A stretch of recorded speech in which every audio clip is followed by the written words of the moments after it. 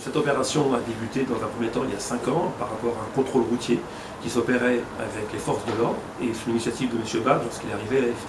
Ça a pris de l'ampleur d'une façon assez nationale et là, cette année, c'était développé avec une idée qui remonte à l'année dernière, une opération sur la sécurité routière de manière à sensibiliser les élèves de CTRM, donc compteur transport routier marchandises, de 4 établissements, 2 de Versailles et 2 sur Créteil, sur la sécurité routière, les fameux hommes en jaune qui sont présents sur les autoroutes. D'autant plus que lorsqu'ils sont sur la route en usage pédagogique, il y a toujours un professeur qui est là pour gérer la sécurité avec eux, et que dans cette opération, dans notre cas particulier, le fait de les voir en vérité et en vrai sur tous les simulateurs, que ce soit le simulateur de type tonneau ou les simulateurs de conduite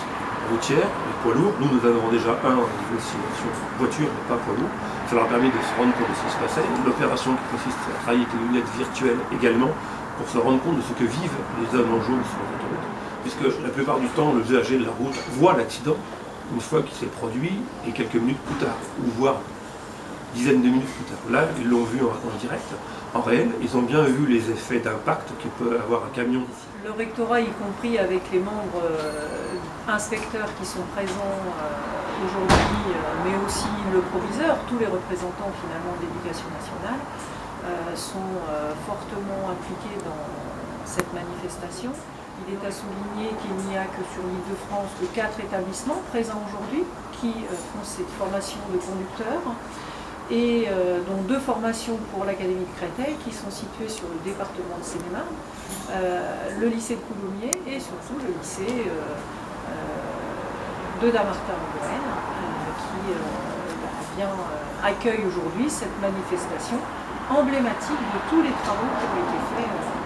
depuis 5 ans, comme l'exprimait M. Mizou, le proviseur. Je crois qu'il est crucial pour nous de répondre aussi à des enjeux sociaux concernant la prévention et la sécurité routière, mais de montrer à ces jeunes qui vont être nos futurs ambassadeurs, très tôt et très bientôt sur le marché du travail, concernés par leur formation, par les métiers de la route et les métiers de la conduite. Mais là, les crash tests leur donnent la réalité concrète d'accidents qui sont, on l'a vu à partir du diagnostic alarmant qui est fait par les branches professionnelles, la plupart du temps causés justement par